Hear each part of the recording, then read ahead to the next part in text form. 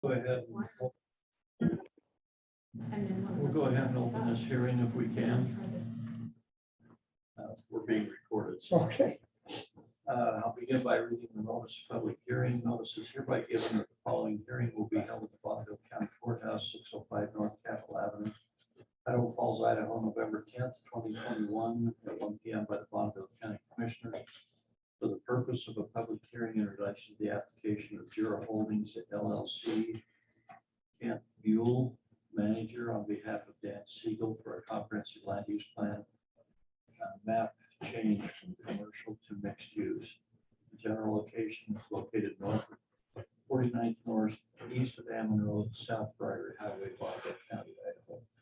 There was a legal description published, and along with those who may want to, is there anybody online? Was it okay? It was published so that they could. This was published October 26th, 2021, and was actually published correctly by the newspaper this time. I understand we've had this scheduled once or twice before, and the newspaper kept getting it wrong. So we apologize for that. I understand.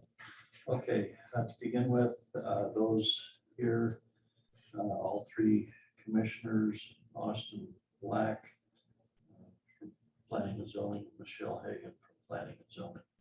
I will begin by having Austin, you make a presentation, Austin, make the presentation of the application, then we'll open it up to the owner or representative for their testimony, and then open it up for the public testimony. So we'll go to that point, Austin.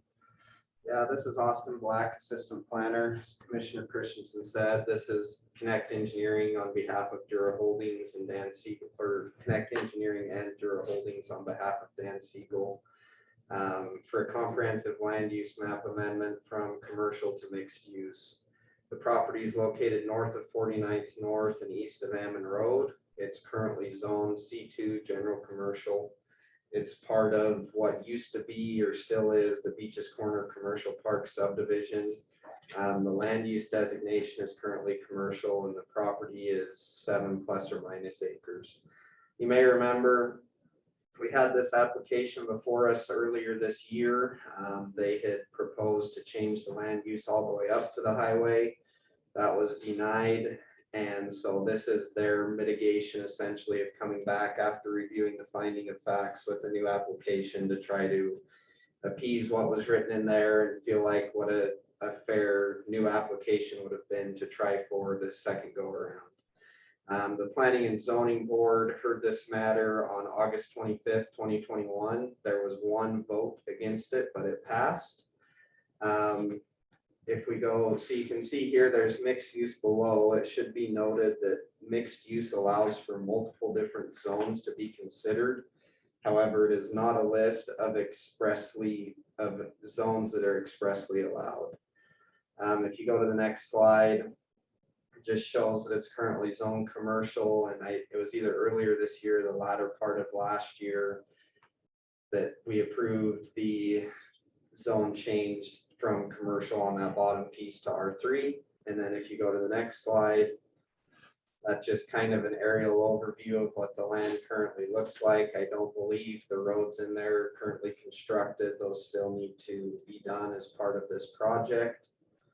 And if you go to the end two slides, this is just basically proposals that the applicant has shown of what they would like to see done with the property. However, we have to remember this is just the land use stage, so any of the zones listed in the mixed use could be considered if this were to be approved. And there's one more slide that just shows the areas as it currently is now. And that's all I have. Is there any specific questions for me at this time? Mr. Chairman, I had one question that just kind of came up, and I honestly can't remember where we're at in the process, but we recently had out in that area another application to go to change to mixed use. Is that still in process, or where are we at on that? The other application that we currently have is the one that's to the east for the rezone. That's the one we just heard a few weeks ago. Yeah, So that's a rezone, not a land use change. Is that the one you're thinking of? yes. And the one we had before this out here was their previous submittal that was denied, and then this is their new submittal with outlining new parameters. Question is, have we ruled on that one yet? Yes. No, not Oh, on I this, don't think we've on done the zone rezone, change. no. Okay, on the rezone, we have not had Okay. the decision. I agree. We've had so many false starts and everything on this one. It's hard to keep track of where we are. Right. Okay, I think that's helpful. Well, help me remember in my mind then, rezone land use change. I mean, we're staying, this is already mixed use, so. So if you go back just a few slides, Michelle. So this is the current land use in that area. The area they're proposing currently has a commercial land use. The stuff to the south was already existing mixed use. So they're proposing to change that strip from commercial land use, which only allows for commercial zones, to mixed use land use, which allows for residential, commercial, different types of zones to be considered for approval rather than just commercial. Okay, rather than a strictly a zone. Right. within the- Yeah. Okay, I got it. When did we set this up where it was commercial mixed use? It's been that way It's been for a about- long time. A long time. Yeah, And more so- than 20 years. So what's being proposed here is to take the line that was drawn there and narrow it down for possibilities of things other than commercial. Correct. So still keep commercial along the highway, but allow for a little bit of expansion to allow for other things other than commercial on that lower portion. But that comes with no guarantee that it'll hit the zone that someone requests. Right. So basically, the proposed map that they had in here, what they'd like to do with it is irrelevant on this one. Yeah, because that could not be granted until a zone use was approved. Zone use Right. change was approved. Okay. Other questions? You are, Kent Bowie, address, please. 145 4th Avenue, Salt Lake City, Utah. Okay. Go ahead. Thank you. Appreciate the discussion. Thank you, Austin, for that presentation. You know, we've obviously, just to recap quickly, we have an R3 zone on the 10 acres that was already approved recently, which is all yeah, there you go. And then we came before this body and others and requested we extend it all the way to the highway. The findings of facts came back with, I think, was really a really good rationale for why that shouldn't be. The calming effect that he used was used in that language, I think is an important thing to consider. You know, the commercial strip, I think, we've looked at the commercial uses in the area. We look at that, our interest a little bit more narrowly as we looked at what the whole highway was doing with commercial development. It seems not to be commercial as much as it is light to even medium industrial. So there's some pretty rough uses that are out there. The fact that we've been granted the R3, we all of a sudden become kind of protective of what we want to do in that neighborhood. It's a residential use in the R3, and as a result, with the lack of having residential on the other side of the street, so to speak, we thought perhaps the buffering was not adequately there to protect our investment in terms of and the ownership interest of the people that buy in or rent in. So this effort is one to say that I think that the decision was a good one to sort of kick this back. And after looking at it, but I think it is important to keep that commercial strip intact.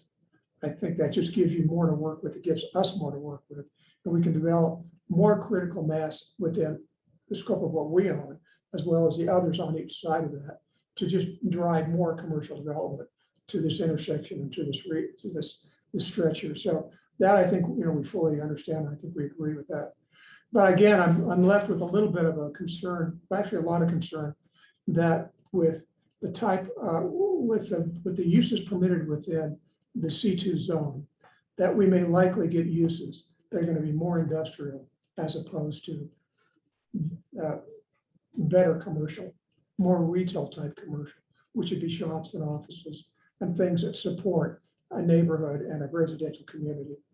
And so as a result, and we know that within the C2 zone, there's a buffering requirement, but that's 25 feet. So essentially what we'd have at best would be a row of trees and some berms and maybe a fence across the street from us. We still don't think that that buffers us or protects us against noise and other things, and even more unsightly type uses. Now, we're not against industrial uses. We're just saying when we've got that kind of close proximity across the street or next door to a proposed residential subdivision, we probably need to take another step and try to protect that interest and long term than to allow the commercial to go all the way up to our roadway. So we thought that perhaps this was a good compromise. And I think it's functionally from the standpoint of development on both the land use designations on the R3 and the C2 would be quite compatible. So rather than taking the back end of industrial use, backing it right into the frontage of commercial use, now what we're proposing is let's back them up together. So we've got a back kind of a business end of a commercial use and the backside of a residential use with garages and so forth in the back and some open space. That's probably a much better fit. And I believe we can tolerate that and still protect property values and the aesthetics of what I think we're proposing on the 10 acres. So in essence, more than anything, more than the land use issue, well, this is all land use, but more than trying to get more units, I think right now, given the circumstances, this is more of a request to help us protect ourselves with just another row of townhomes. Something less than an R3 zoning designation would be considered from our point of view to come in and do something less dense than what we have in the R3, just so we can create a cohesive buffer that would be meaningful and would actually be more attractive. As we drive up into the project, either from 49th or off the highway, we want to have a pleasant streetscape that complements one another on both sides. And we think it would just make for a much, much better community. Question? Maybe for Austin, comprehensive plan, is it already zoned C2? Yes, it's already zoned C2 currently. And if somebody came in with a C1 application, could they do that in the C2? Or it's less, or do they need to? They would have to, the C2 allows for all the uses in all the other commercial zones, C1, SC, so C2 is all encompassing. It doesn't necessarily mean it's the highest use, but that doesn't necessarily mean that's what's going in there. But it doesn't prohibit. It doesn't prohibit C1, neighborhood shopping, those kinds of things can all be included in the current C2. What's allowed in C2? Refresh me. I would have to look at the specific list. It's just more of your outdoor storage type things, but those all have to be fenced, more heavy commercial uses than than C1, SC1. Neighborhood shopping centers, more SC1, your convenience stores, just little, but then as you go up the scale, your C2 is going to be more like an Anderson business development for reference. Okay. This doesn't affect or deal with any of the accesses, correct? What we're dealing with in this hearing doesn't. That come into planning. Right. And the zone request. Yeah. We have a pretty good idea of how we see our accesses working on some of the exhibits that we've shown you, and the accesses are all the same. So, But like I say, that'll come in the future. We don't want to pre-bias ourselves. It's just considering land use right now, so. yeah, Kind of question. Uh-huh.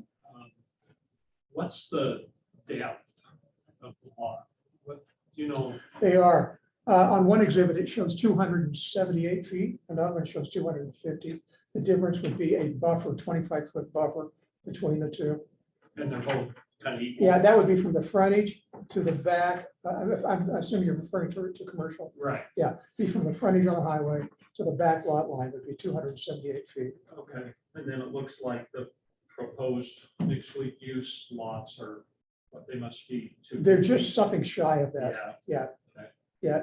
But we still maintain on both of the parcels, because the way we have our, you can see, we would leave two parcels on the frontage divided by the roadway coming in, but we still would maintain over 1,000 or close to 1,000 feet of frontage.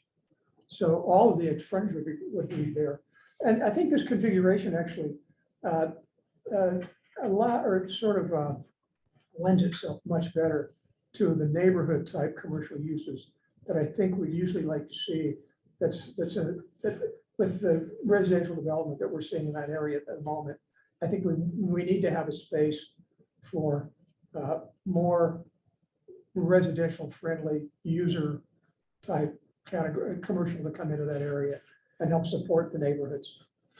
So I don't think what we were trying to discourage would be to use the term, I think, in the code for C2, it's a heavy commercial.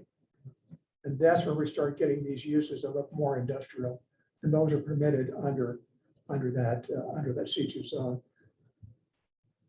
And the depth, by the way, at 250 to 275 is really a good depth for this type of thing.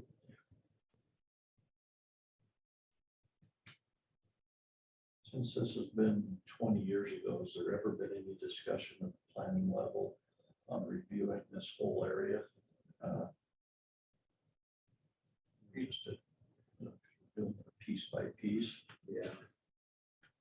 We've talked about it a few times, not extensively. There was some mention by the planning board in the previous hearing, I know of, as part of the record, that they were talking some back and forth about whether this area was primed for commercial or not commercial Or use. just a review of the Yeah. whole thing in light of the neighborhood, and others Exactly. talk about things like that. Yeah.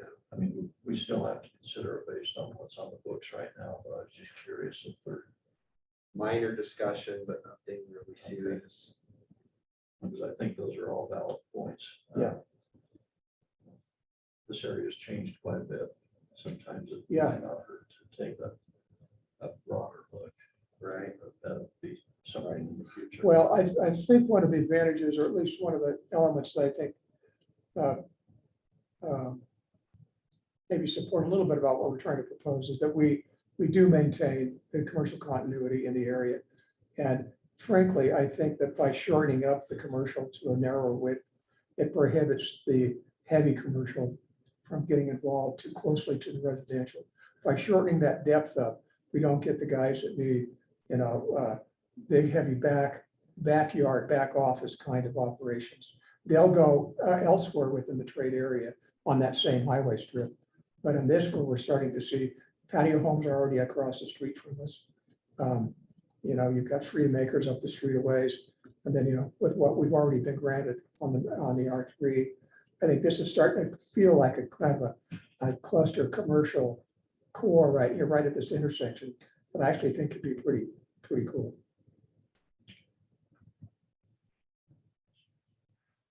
Thank you. Thank you very much. Any members of the public? Just testify, yeah. Yeah. So I am Andrea Stephenson, 1655 Shady Pine Drive in Idaho Falls. And we actually are owners of the property that a couple weeks ago, we were in here, the property to the east for that. And So I would caution you to only make your comments on this. yes, for because sure. I was that's just letting you know that we're neighbors, and as we're looking at the different plan maps between what has already been approved for that one corner to be R3 or to extend it.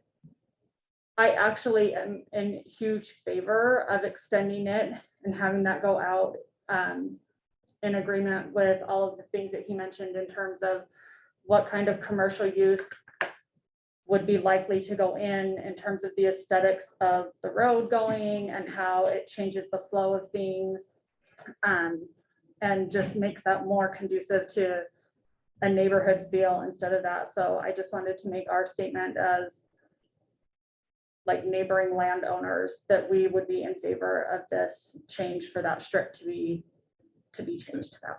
Thank you. Yep. Blake, you're not public. You wish to testify? I don't need to, I wouldn't, I agree with everything that's been said and I would support it. Your name? Ryan Webster. With my 53 Trinity Drive. Okay. All right. First online. Is that in relation to you, Ken, Connor? That is, yeah, that is my relation. The one that gives the orders. It feels like it some days. It's my son. I'm his son. Okay. Does he have, I couldn't see it's Connor. Yeah. Your wife or something. does he have anything he wants to say or? Hey Connor, you got something to say? I don't, I'm just observing at this time. Very good, thank you. Thank you. Do you wish to add anything else for the record? No, nothing else for us at this time. Okay, we'll take this issue. We'll post. Did we get all of the materials We and did minutes not. We do have the for record? records Can't from remember the planning and thing. zoning transcripts, everything without objection. We'll make that part of the record. Right. We do refer back to that. They do an awful lot of getting the facts out for us, and there's no sense for doing that. Very good. So, okay, with that, we'll close it to public testimony. We'll take the issue under advisement. Proposed findings. And then we'll present those again. Usually we do those on Wednesdays at 10 o'clock. We don't send you out notice because it's a public meeting, not a public hearing, Understand. and we don't take public testimony. But thank you. Thank you very much. Appreciate you.